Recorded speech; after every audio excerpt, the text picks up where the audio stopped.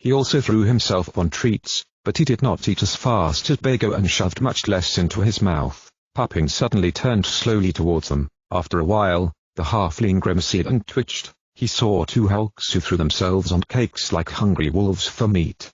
Epiphanist, I understand that you wanted to please us by giving us this food, but you could have prepared something more for us, useful, and less addictive, so to put it. In addition, Bago is allergic to dairy and just...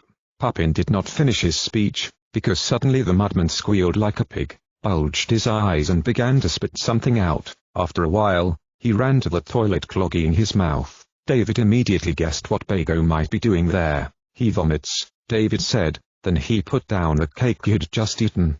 I am not surprised at all, mudmans often eat nothing but fish, soups, smoked lizards and dirty water. Our Bago is not accustomed to sweet food, Cordrin said. And why do they eat only such abominations? David asked. Because most of the mudmans live in swamps, and you know well that in such conditions it is difficult to find really tasty food, but they are accustomed to such food like that, the halfling replied. When he said this, Bago had just come out of the toilet. These cakes were baked by my mother, but maybe it will be better if I take them with me, Epiphanist said. Nope, let everyone take at least one piece, of course, except for Bago and David, Puppin replied with a smile. So Epiphanist nodded and began to distribute cakes. I've been trying to ossify the wonderful taste of sweets, however, Freyom today theirs is no touche or occlusion of this cures. Bago began to howl like a dog. So maybe I'll go, goodbye, replied the dark-haired young man and then walked towards the exit as soon as possible, forgetting to take a colorful bag with him. Fortunately, Nethin threased his bag at the outgoing guest at the last minute. Epiphanist turned around embarrassed, picked up the object, hung it over his shoulder, and thanked him with a nod. After a while, he disappeared into the glare of the sun, which pierced through the hole in the rock. We also have to go better. There's no time for laziness, Nanthornian suddenly said, then took a piece of fruit cake into his mouth. Maybe when we will finish eat, we'll go on our way, Puppin said, taking the food into his backpack. And me, you already wanted to eat it all, said Celian, who was just staring at the ground. Puppin began to eat the remnants of the cake. How good, he praised the food. Now I'm not surprised why these two gourmets threw themselves on these cakes like goblins for meat, he added. What? Goblins? But what's the matter? David was interested. Goblins are after all beings who have taken our king David, Nethin replied instead of halfling. So, these goblins want meat, human meat. The boy was terrified. Nethin nodded only his head. And you say that I eat so wrong? Bago yelled indignant again. However, no one paid attention to him. And what if these monsters had already eaten the king? David asked Nethin calmly. I doubt it. These monsters rarely kill people in this way. Nethin interrupted. Well, what? The boy was interested. These monsters lock people in cages until they die of hunger or thirst, the Lord's servant replied hesitantly. A bit silly, considering they have only skin and bones to eat at all the time, Terhin said. I have not yet heard that these monsters ate anyone, added the boy calmly. His face, however, spoke for itself what he really thought. Chapter 16.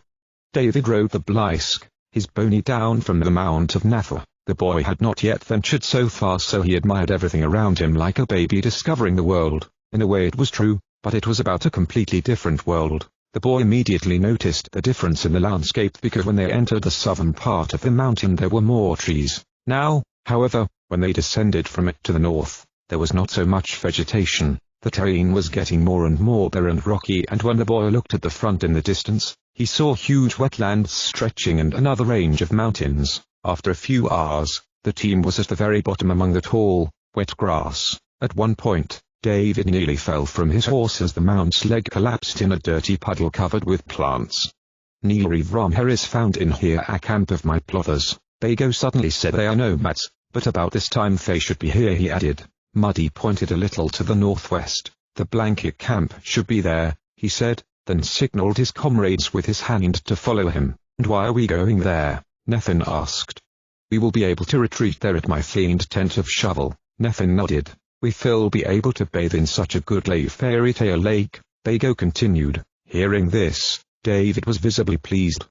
Finally bathing, he cried out, I smell exactly like a dead remaining rat, I did after a while. Don't worry of yourself, you'll wash yourself, Bago replied, probably for the first time with a smile on his face. Muddy looked into the distance again and rushed faster on a greaser, forcing others to hurry. David remained at the very end until suddenly he was swung by a wave of mud which was caused by the hooves of mounts of his companions. Fortunately, after a few minutes, large tents resembling the Indian huts appeared to his eyes, but that tents were not so colorful. They were made of jagged materials, full of patches. Most were also covered with animal fur and leather. David saw one of the mudmen who was cooking something by the fire and singing something quietly without sense.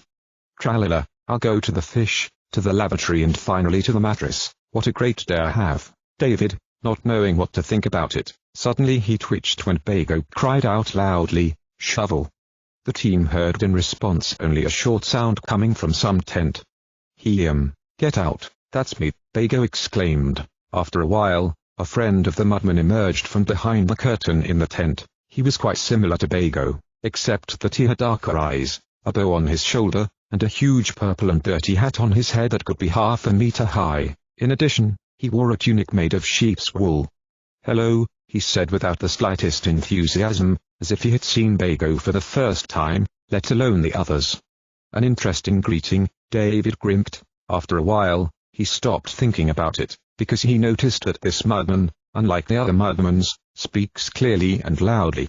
"I invite you inside," he said again, still unenthusiastic, at least as if he inviting dogs to his home. Everyone entered slowly inside through a wooden flap covered with a curtain of canvas. There was quite a lot of space in the interior, but it got cramped for 8 guests. In the middle of the room there was a large bonfire and around there were shelves, cabinets and other furniture such as a bed or a table with chairs. On the right side of the entrance there was a toilet and next to it a huge bowl of water. "There is still some soup left," Shovel told them, pointing to the heavy pot, as if he had left it for them. David looked inside. The soup looked like plain water with nettle leaves and spices floating in it. "By the way, my name is Shuffly," Muddy introduced himself after a while. "We already know, Bago told us and just called you by name," Nathan replied. "So, your name is Shovel or Shuffly?" David was surprised. "And that's all one and the same boy. They called me a shovel when I was a snot," he replied in a wailing Muddy voice. "What were you?" Shuffly sighed continuously. "Snot means a kid," he growled impatiently in response. After a while, he got up from his chair and began to pour unusual soup in 2 wooden bowls. David sniffed it when Shuffly put the bowl on the table. The boy clogged his nose not wanting to inhale the smelly fumes. "I'm about to make pancakes from cabbage and eggs," said Shuffly to the guests. Hearing this, David did not know whether to start laughing or crying. Not so long ago he ate sweet cakes and now he has to drink out of a bowl. This thing? So he drank soup as soon as possible to keep the unpleasant taste in his mouth for as short as possible and then he ran out of the tent. When he was outside, he began to spit out the remnants of leaves that stuck to his palate. "Why does it taste like that?" he shouted. Hearing this, Shuffly sitting in a tent with the others sipped the soup.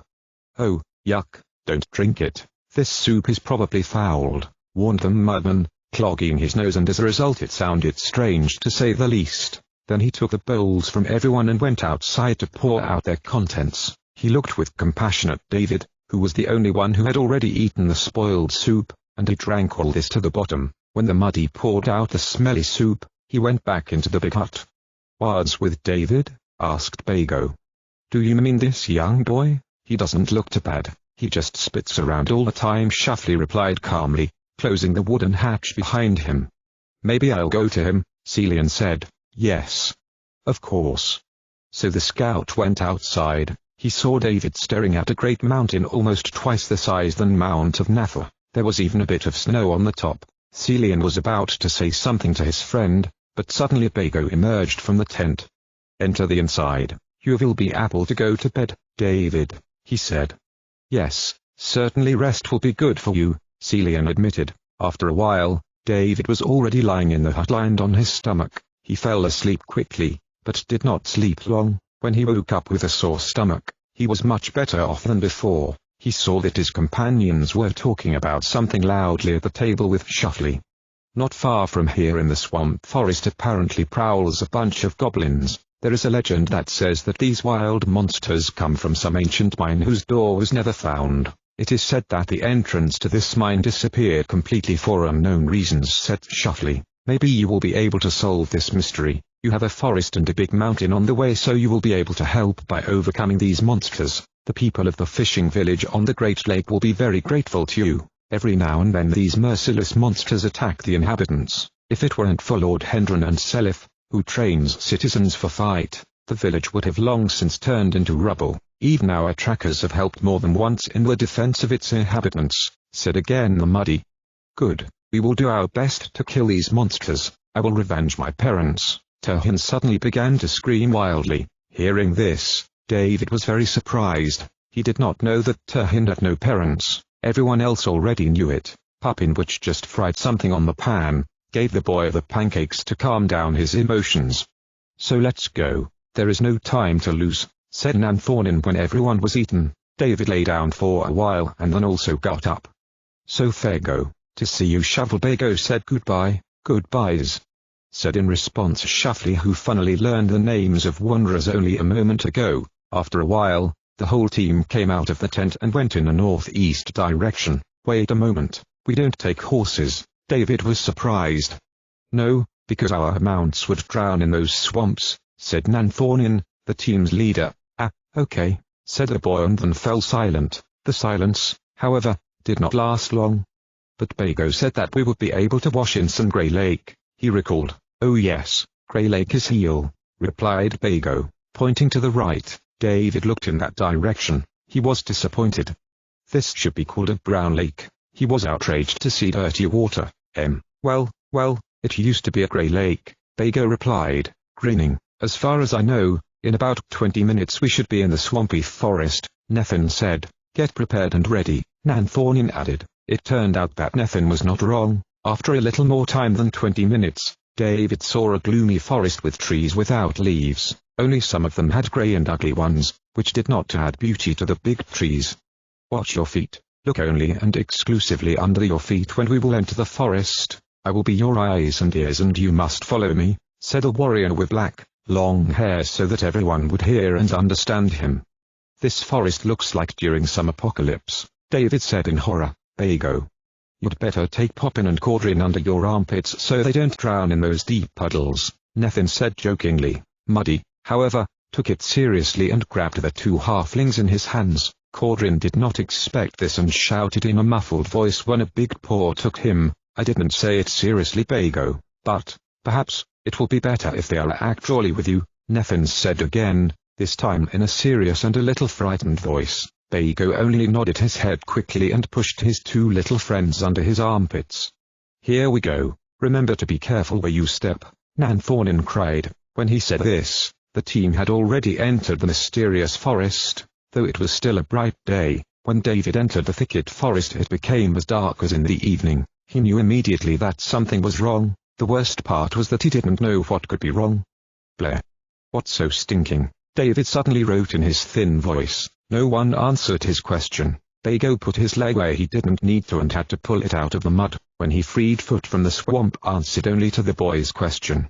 Mud stinks so much.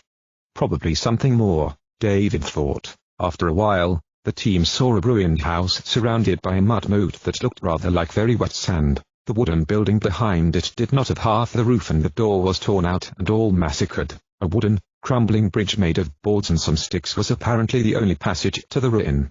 Puppin moved in that direction. What are you doing? David was surprised. However, the halfling did not pay attention to him and entered the creaking bridge. David felt bad to see the halfling passing over a dirty and smelly mess that reminded him of quicksand. Fortunately, Puppin crossed over and found himself on a small clay island. After a while, he looked at the door lying on the ground. I can see that this door was broken and destroyed with some kind of axe, he said aloud so that his comrades could hear him well. Immediately after that, he looked inside the hut. Everything is smashed. A torn bed and a broken bow. I think something or someone must have attacked the owner of this house, he added after a while. Probably some swamp creature, David joked. David, this is not funny. I don't think we're alone here, Nethin scolded the boy. The 13-year-old was about to apologize to his friend, but instead he twitched suddenly when a strange breeze hit them. A cold shudder suddenly passed through him. A bird sitting on a tree as if frightened soared up and flew out of the forest. After a while, David heard a loud squeak coming from his left. Do wild pigs live here? He asked Nathan. Nope. Something much more wild, Celian replied to his question. Hearing this, David turned to where the strange sound was coming from. Now he had no laugh at all. It was something that watched us from the very beginning, Cordrin said after a while. There was a long silence until suddenly a humpbacked monster jumped out of the bushes wagging a wooden stick, the monster yelling into the sky like an enraged monkey, the torn chainmail on his tossing body hung uselessly like a tatters. What is it? David rode at the sight, hiding his eyes behind his hands. Only Nanthonin was not frightened by the wild scream. When the creature ran up, the warrior chopped it mercilessly in 2 seconds. David exposed his eyes and saw the dead body of the monster. What was it? He asked and then pulled his sword from behind his back, expecting another attack. How what? These are the damned goblins from the mine, Nathan replied. But I thought it was just a wild pig, David said in a trembling voice. Where does this something come from? He added after a while, pointing to a dead monster with a grey face. Don't ask me, I don't even want to know, Nathan replied. We have to stop these monsters at all costs, said Poppin, who had already returned from the destroyed hut. It's probably one of those creatures that attacked this house, he added after a while. What one of the creatures? These cord monsters attacked this house. Waves, said Nathan to the halfling. Exactly.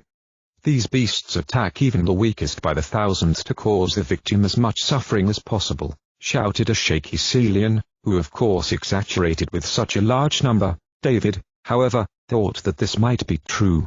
This is not the time for such shouting, Pupping said. Well, one of the creatures attacked who is no longer alive. Nanthonin for the first time shouted menacingly to his friends. We must defeat these creatures so that they no longer threaten the nearby inhabitants, he added after a while in a calmer voice. It's good that only this one monster attacked us, David said. Even if we were attacked by 100 of these monsters, we would all be able to defeat them, Nathan replied. You yourself saw, David, that this beast had come to us for certain death. That's how stupid this thing was, the scout interjected. Can we go now? Nanthonin asked impatiently. Yes, here we go, Nathan replied quickly. After a while, the team without a word went further behind the great guy to get out of the dark forest faster.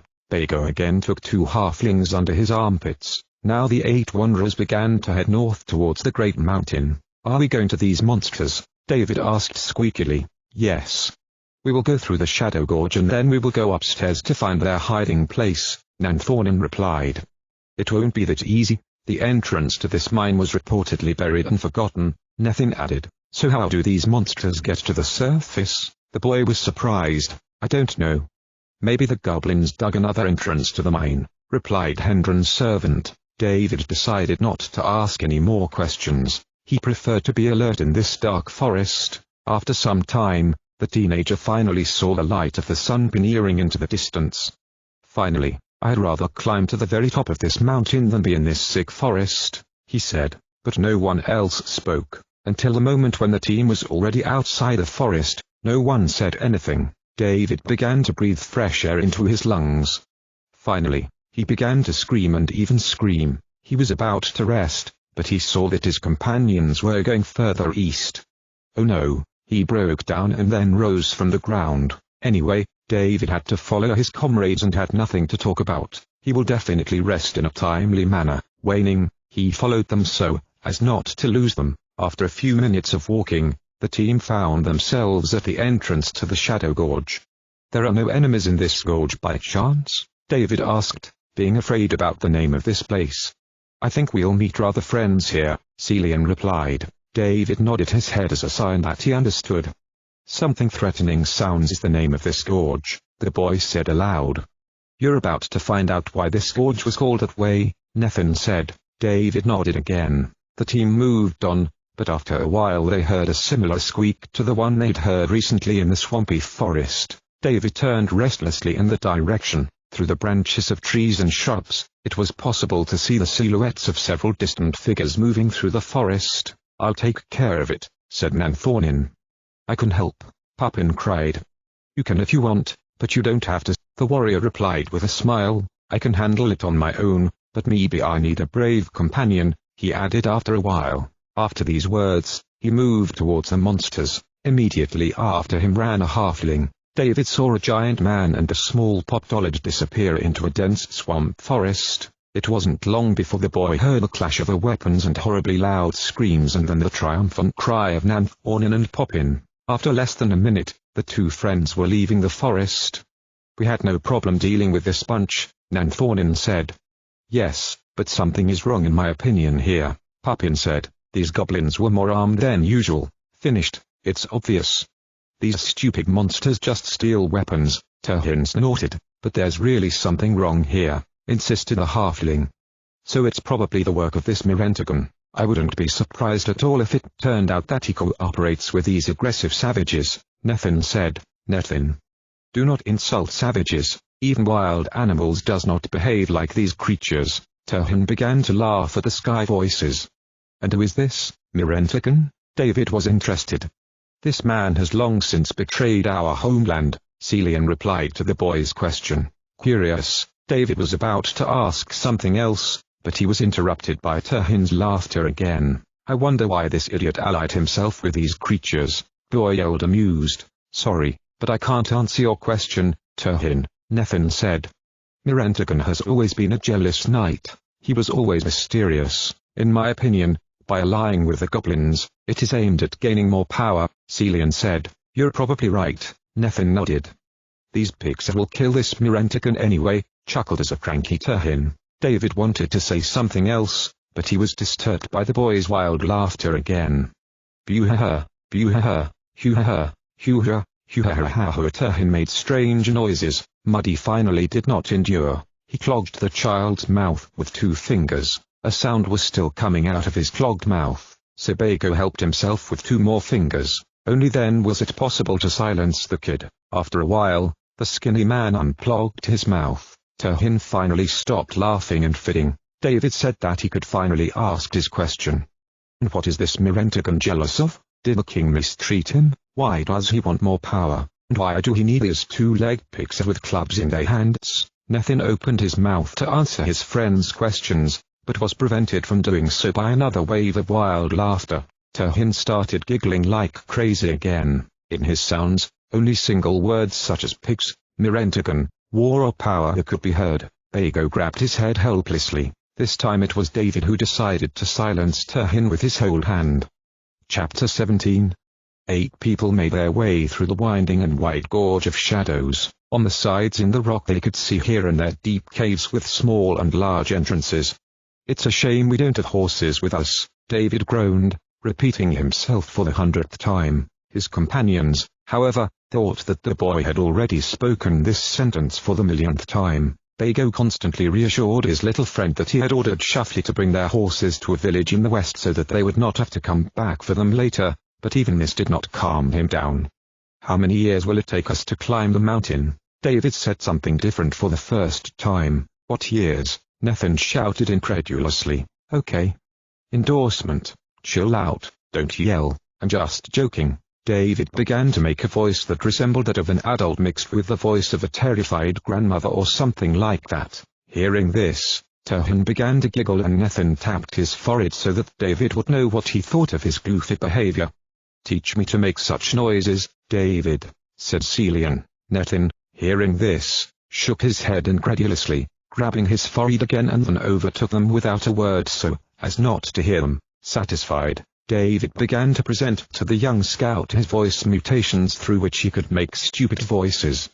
Flum, flum, hluum, flum. The boy was fooling around. Celian and TWOU began to laugh and the rest preferred not to pay attention to it. "That youthful hijinks," Nethin broke down when he saw David and then plucked his ears from the fact that he still hears this zing. Celian and TWOU began to encourage the young man to continue his antics.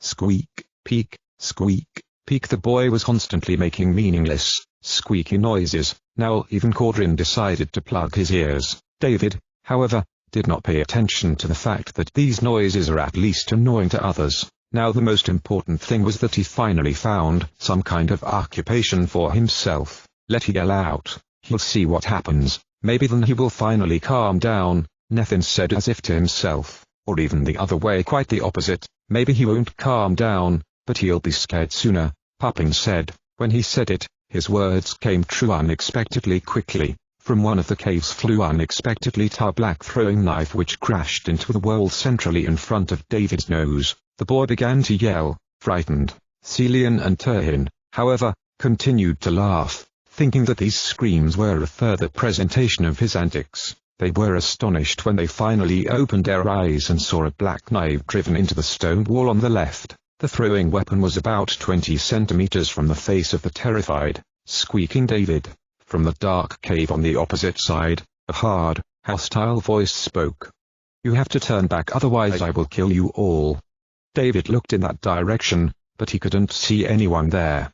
I'm myself that knows you will not eat us. I have not fled who you are and do not you make us hurt. Bago replied, then pulled a white rag out of his pocket and started whiffing it as a sign that he was giving up and coming in peace. On the figure hidden in the darkness, however, it did not make an impression. After a while, another knife flew out of the cave, which hit a white scarf and tore it apart without any problem. Bago wiped his eyes like a terrified chameleon. Not a few seconds passed and the third one stuck in Bago's high hat. The poor mudman began to scream desperately, but the knifeman in the cave still had no mercy. Another 2 knives stuck in the clothes under the victim's armpits. The material tore apart, revealing hairy armpits, and the knives themselves fell to the ground. Seeing this, Nanthonin decided to act. He reached for all the black weapons and began to throw them into a hole in the rock. When this ammunition ran out, the giant reached for the stones. The real duel began. Nanthonin and a mysterious figure hidden in the shadows began to throw at each other whatever they wanted.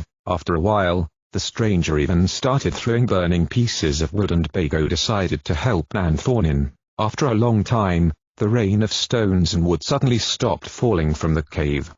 We beat him. Bago was happy, but after a while a dark figure with a black coat, armor, hood and mask ran out of the darkness, in which there were practically no holes for eyes and breathing in the mask. The black figure jumped high up and grabbed a dark, long and curved sword with 2 hands. David at first thought they were being attacked by a real living shadow, but it was only a man who was so dressed that he would not be seen in the shadows as well as in the darkness. The boy already knew who they were dealing with. The shadow warrior threw himself with a weapon at Nanthonin. The giant parried a blow with his iron bracelet and bounced off the wall next to it. The mysterious warrior hit it hard, not expecting this dodge. However, he quickly recovered and swung with sword again at Nanthonin, who ran across the wall, jumped and kicked his opponent straight into the mask. The shadow warrior fell to the ground with a waver, muttering. After a while, he was horrified to see the giant pull out his sword. He already thought that the giant wanted to finish the work and kill him,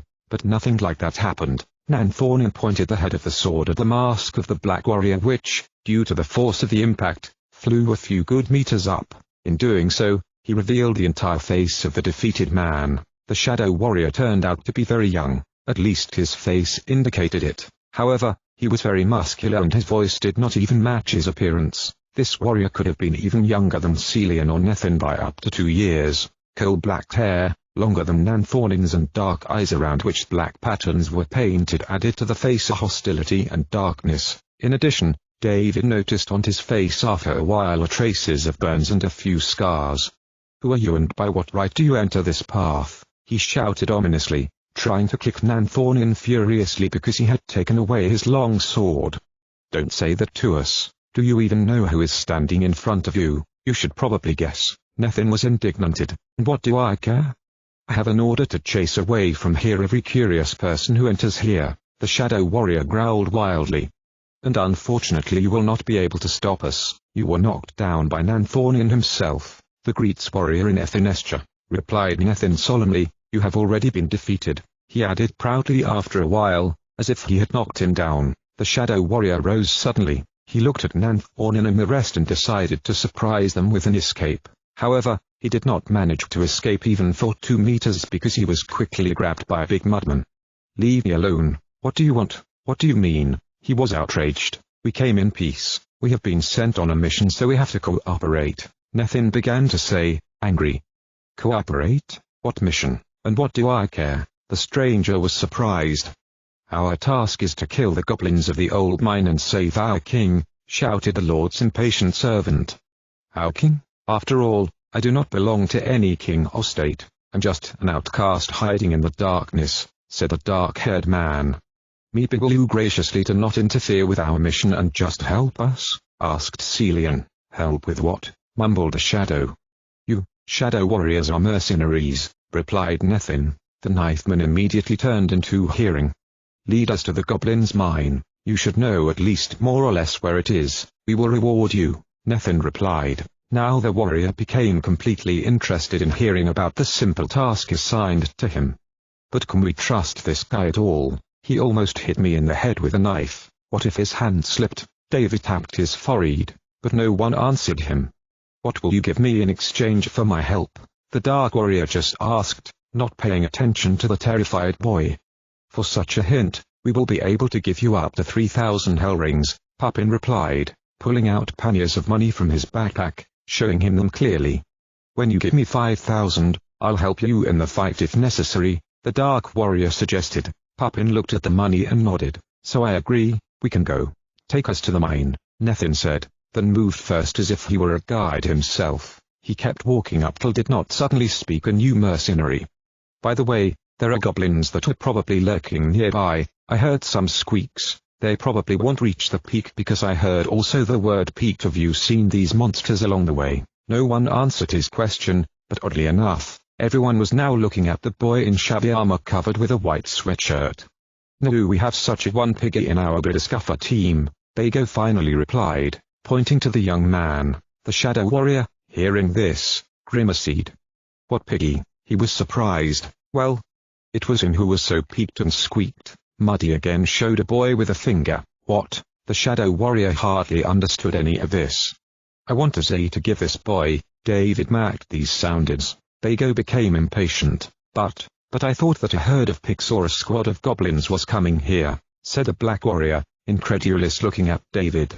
No wonder, because I was just making the sounds of these creatures, the boy admitted, then suddenly burst out with his squeaky laughter. Celian and Turhin, who heard this, also began to laugh. What is this behavior? Total lunatics, thought the mercenary. Maybe I should not be employed in this bunch of idiots. A second thought came to his mind. Suddenly, his thoughts were interrupted by a wild voice.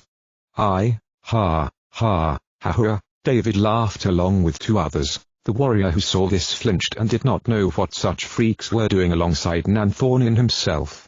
And I started shooting at you because I thought at first that you were some disguised goblins, wrote unexpectedly the knifeman, realizing that it was actually them who made these noises. Well, maybe not goblins, but some wild, savage people, he corrected after a while. Surely the laughing boy in the white sweatshirt, as you can see, is a savage, Nethin replied, before laughing himself. The mercenary already had doubts whether this team was normal, but he stated that it was certainly friendly and harmless. Or harmful, he said, so he walked away from the laughing people and led the others behind him. When Nethin opened his laughing eyes, he saw that Popin, Cordrin, Bago, Nanthorin and the mercenary whom he had just met, were gone. They must have left, not going to wait for the four young men laughing like monkeys. Nethin poked three of his comrades. Hey, we have to go now, fast, he said, then ran further up where the rest of their teammates should be.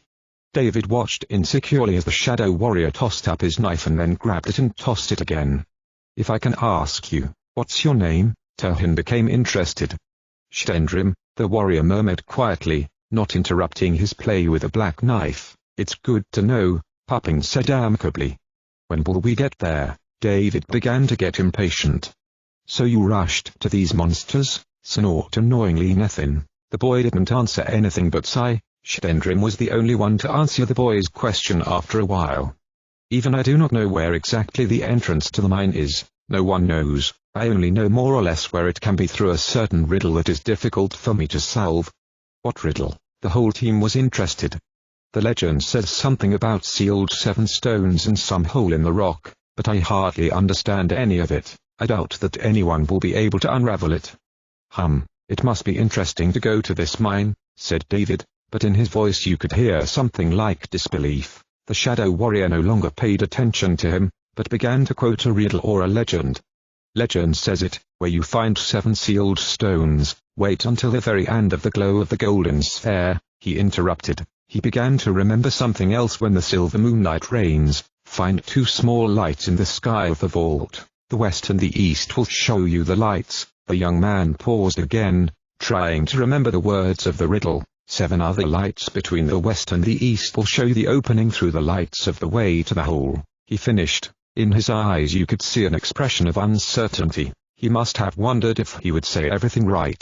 That's probably it, he said after a while, then began to look ahead again. I understood a lot of that. I just do not know how these lights that are probably stars will show us this hole. And what will we have to do after finding this hole? Said Poppin. Everyone agreed with him except David, who suddenly shouted. Wait, does that mean we're going to have to wait on the spot until the night itself? Don't worry, there should be a sunset by the time we get there. Shtendrim tried to calm him down. So we're going to keep going for so many hours, the boy said to himself, but so that everyone could hear him, Nathan shook his head incredulously. I feel like throwing you off this cliff, you know, he shouted, pointing David to the chasm to their left. Hearing this, David made only a goofy face.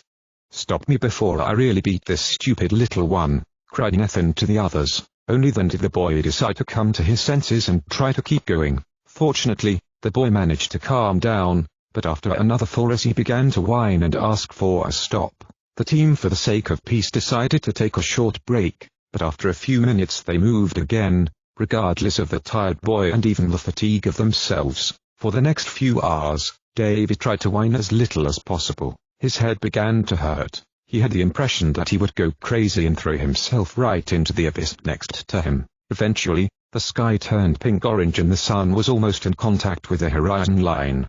It should be somewhere here, more or less. Of course, the silence was finally broken by the Shadow Warrior. David took advantage of the momentary opportunity to sit on the ground overjoyed. Because of the clean air, he didn't really feel particularly tired, but his legs were already refusing to obey completely. The whole team began to look for something that would help to find the lost entrance to the mine. Only he was sitting idle watching the sun quickly plunge into the distance. It wasn't long and it was completely gone. For a while it was still a little bright and then the sky became dark blue.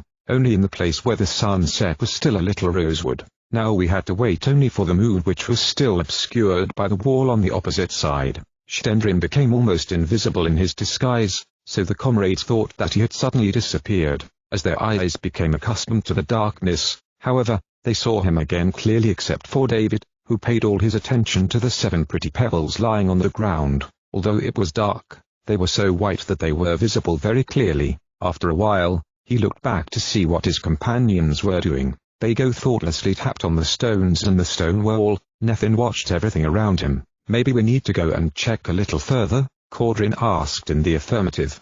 Hey, look. There are 7 stones here, those big boulders. Look, they are the only ones who stand out for their color. It's definitely them. Terhan began to shout. Everyone except David came to look at the boulders. It's quite possible that these stones are all about, he admitted. David then began to look into the already starry sky. He turned toward his comrades and looked to see if the moon had already emerged from behind the stone wall of the mountain covering him. Finally, after a few minutes, he saw a beautiful silver sphere that illuminated the surroundings a bit. The companions, seeing the moon, began to combine more and more by the rocks. Bago continued to tap on the stones, listening. Nathan began to do the same after a while, only with a stone wall. David again turned towards the cliff from where there was a beautiful night view. He saw in the distance individual lakes that shone through the moonlight and the lights scattered around the houses. His observation was interrupted by a strange green light which was coming strangely from below. He looked at the ground and was surprised to see 7 glowing stones.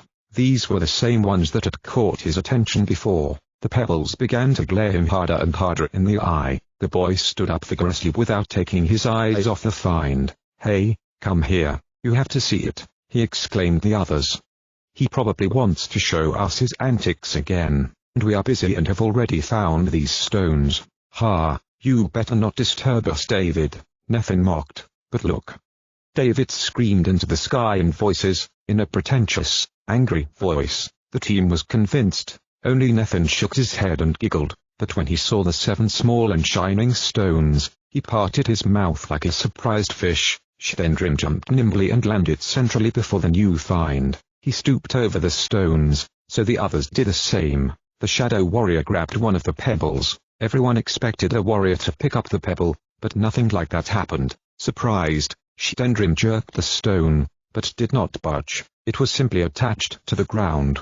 Where you find 7 sealed stones, wait until the last glow of the golden sphere. Shendrim repeated the first words of the legend. These are the stones. They are sealed. Stuck in the ground. He began to scream, checking if the other parts of the tinsel also stick to the ground. So we need to figure out how these stones will show us the entrance to the mine, said Poppin, and then looked up at the sky. 5 very bright stars and 2 smaller ones on the sides were arranged in the same way as 7 stones on hard ground. That's definitely it, said the fair-haired halfling, staring at the rays of light that sent small pebbles. He pointed out that they do not fall from all sides, but in one direction. That is for them. So Popping turned around. The rays bounced off the pebbles and now fell on the stone wall at several points. As the whole team approached, they found that each stone sends 1 ray that falls into 1 hole hollowed out in the wall. So there were 7 rays and holes. Wait. What? But there was no speech about 7 holes but only 1. Terhin was outraged. It's easy. Popping surprised his comrades. What? They were surprised. Between west and east. I think it's about the middle hole, the halfling replied. You are brilliant, but how do we get inside? Terhin began to wonder again. Bago, the best rescuer, the best healer, not of his own stone, is hard. Bago, I can be a breaker, said suddenly Muddy. Everyone turned towards him and then quickly jumped to the side because he was holding a large boulder in his skinny hands.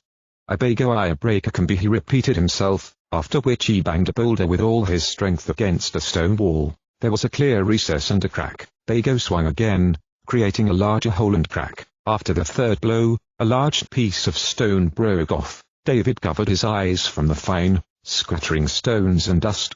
Bago struck for the 4th time. Now he did not even have to do anything to the end, because when one of the scattered stones was falling down, it hit the other, destroying it. The strength of the skinny did damage to the wall in just a few moments. Mudman had to strike for the 5th time, however. In a large hollow, another hole appeared, and again. Bago shouted, banging for the 6th time. A big crack appeared that began to grow. David, like the others, had their eyes incredulously. Bago showed no signs of fatigue and swung for the 7th time in full force. Stone pieces splintered from the gap, hitting the teammates. The crack got even bigger. Mudman finally dropped a boulder from his hands. There was a clear concern in his eyes. Suddenly, a loud crack frothed David's blood in his veins. It seemed as if a great depression made this sound. The crack began to spread very quickly all the way to the ground itself. The loud crackling was intensifying and stones began to chip off the hole again. Another huge piece detached from the rest of the stone wall, and when it hit the ground it shook slightly. Subsequent pieces began to fall to the ground as if crushing iceberg, giving the impression that the entire wall began to vibrate. When David and the others were going to move away to a safer distance, however, the worst thing happened. Behind them, and under them, all the earth collapsed with a bang. The whole collapsed wall finally hit the ground, literally crushing it. Now a terrified David was falling screaming down with hundreds of stones into the impenetrable darkness. Chapter 18.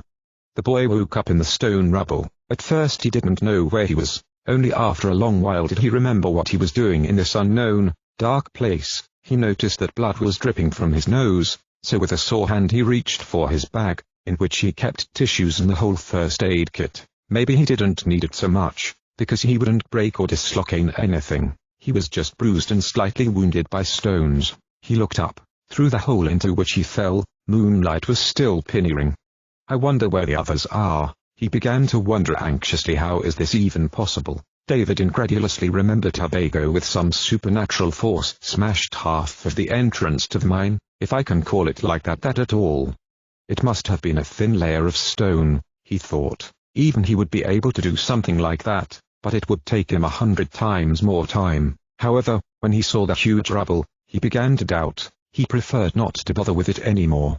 I've already slept well, I'd better find friends now, he thought. So he reached for the bag, which had become all grey with dust. He picked it up, and when he did it, he was horrified because he saw someone's hand sticking out of the rubble underneath Bug. "Oh no," he shouted, fearing that it could be the hand of one of his friends. He was even more frightened when he saw that the hand, or rather its fingers, were moving. When David was about to dig up the unfortunate man so that he could get out onto the surface, something he least expected happened. The hand plunged instantly into the rubble, and after a while the stones around splashed in all directions like before the explosion. Not a few seconds passed and the boy found out to who the skinny hand really belonged to. A monster similar to the one he had previously dealt with in a swamp forest jumped out of the rubble. David screamed loudly, trying to find his sword. The goblin let out a disgusting charcoat and picked up his spiked club to deal the first and perhaps only one blow. A terrible smile appeared on the face of the disgusting creature. Its yellow, sharp teeth would tear the boy to shreds without any problem. Meanwhile, David managed to find his weapon hidden under the rubble. The goblin jumped in his direction. The boy pulled out only a sword, closed his eyes and began to whack his weapon in terror and determination. All he could hear was terrible screams and screams, and then when he opened his eyes he saw what he had done. The body of the monster lay on the ground limping and chopped with a razor-sharp long sword. David twitched when he saw that the dead monster's lips still had a triumphant smile. Probably this victim did not even have time to react and left a smile on his face without expecting a sudden death. But wait, if monster did not expect death, why did he squeal before he died? David began to wonder in his mind. After a while, he found the answer. Dozens of other monsters walked in his direction. Along the corridor, David guessed that they were the ones making the noises, but there was no time to think about it now. At the last moment, he managed to hide from the goblin's view behind a wall of rubble. "What's going on here?" The boy heard a quiet, hissing voice. "The wall was not very durable, sir," said another voice, more disgusting. "I told you how to fix and strengthen the entrance," said the first. "But see." "Shut up, Gerarang. You have 2 days to rebuild over this damned wall." "Yes, sir." The voices died down for a moment. David was going to emerge from behind the hiding place to see what was going on, but he heard another unfamiliar voice that was not hissing but more squeaky. "Check immediately if anyone is here." Then David heard a sound of footsteps that were intensifying. Suddenly, someone grabbed the boy by the hood and pulled him to himself. "Oh no, they caught me," he thought, but after a while the hand let go of him and he saw who pulled him behind him. Nanthornin ordered silence with his finger on his mouth, and then ordered him to follow him. David obediently followed him as quietly as he could. The pain in his legs still did not allow him to make noise with them. His every step was slow, which meant that it did not cause noise. It wasn't long before the boy and the giant were already in the company of other friends. "And where is Shtendrim and Bago?" David asked quietly. "We don't know," Nethin replied. "You don't know?" David did not finish his speech because he had just seen 2 lost comrades who were coming down to them on the top of rubble. Muddy at the sight of them ran up, leaving behind the shadow warrior. "Sorries with did, but the acid must have been so painful." "Never mind. You did the right thing," Pupping replied. Bago was surprised. I didn't know it was going to end like this," he said in an uncertain voice. At that moment, Shtendrim came. "Have you heard that?" he asked. "What?" The team worried. A goblin must have been shouting something like, "There are some chopped corpses here," the warrior replied. As he said this, a second wild cry actually sounded in the distance. "I found a massacre buddy, sir." "Any of you have fought the goblins?" asked Popping to the team. No one answered. It was only after a long while that David stepped forward. "Well, I killed one because he wanted to kill me," he replied hastily without taking practically any break between words. "That's good, but you had to hide the body at least." Nethin broke down. "I didn't even make it. I had to hide, because I would have been noticed by the whole swarm of these scuzzbuckets," David shouted in his defense. "Hey, colleagues, maybe a little quieter," Terhin proposed. However, no one paid attention to the boy. "And how many of them were there?" Nethin asked David. "Dozens, maybe more, very armed with black helmets. I didn't even have time to take a closer look." The boy began to shout, saying every word so quickly and vaguely. Nethin wanted to say something else, but right now waves of feral goblins poured out on them, of which there were probably thousands. Nanthornin, of course, reacted automatically and immediately killed 6 weak opponents in a few seconds. Others reacted only after a few seconds because they did not even know at first what had actually happened.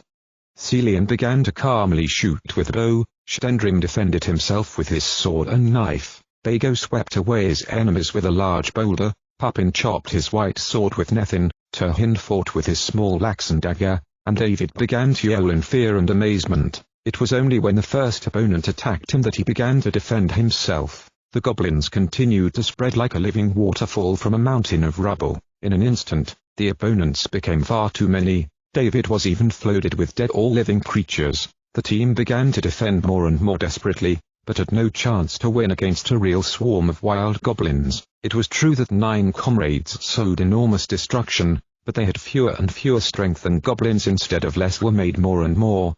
Drop off the nets. One of the goblins began to slump at the top of the rubble. When he gave this order, some nets made of thick cord settled here and there with iron rings fired upwards. After a while, an insidious trap fell on the confused team. David screamed when he managed to dig himself out from under the dead bodies and then was again knocked off his feet and covered with ropes. He tried to cut one of them with the blade of his sword, but one of the goblins took his weapon as well as the rest of his companions. Furious, Turhin managed to injure another monster with a knife, but they also took this weapon from him along with the axe. Enraged, he began to shout, "You will pay us stupid for it, dirty, cowardly, monsters, underdeveloped." He did not finish, because one of the monsters clogged his mouth. "To the dungeon with them, let them rot there and squeal, then throw it into the manure pit." The goblin continued to tear his throat and he ordered to throw off the trap. The monsters obediently grabbed their nets and began to drag them on the top with the prisoners inside. What a fool they are. I left the dagger in my pocket, David thought. He wanted to laugh already, but it would betray his negatoral plans. The monsters began to pull 2 nets uphill. "Faster!" began to scream the goblin waiting at the top. The monsters, dragging the weight of 9 burglars, panted heavily until they finally reached the top after a minute. "To the dungeon with this human garbage." The monster was still screaming, giving orders, so the goblins began to brutally drag the prisoners behind them. No one on the net could even get up. Of course, everyone scrubbed their backs against rough, stone and damp ground. David looked at the surroundings and saw a great chasm on the left and on the right stretching old tracks, on which here and there stood wagons full of various minerals. However, the most of them contained iron, which for these terrible beasts must have been really valuable in military terms. Only after about 10 minutes of an unpleasant tour of an ancient mine that turned out to be a hotbed of goblins, David saw the bars of the prison. The goblins individually began to throw each of the burglars behind the armored door and then into a cramped cage located in the middle of an uninteresting room. Who would have thought that a boy like David would ever end up in such a place? The boy began to shake seeing the foul-smelling corpse behind the cage.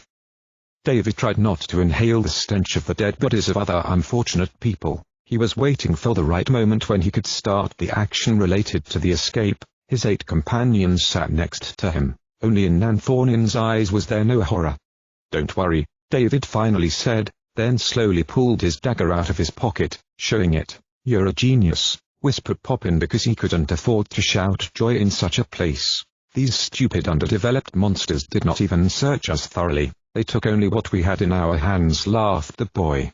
"So what are you going to do?" Nethin asked. "Do you hear the sounds of work? They work in a mine." Everyone nodded their heads, wanting to say that they could hear the noises very clearly.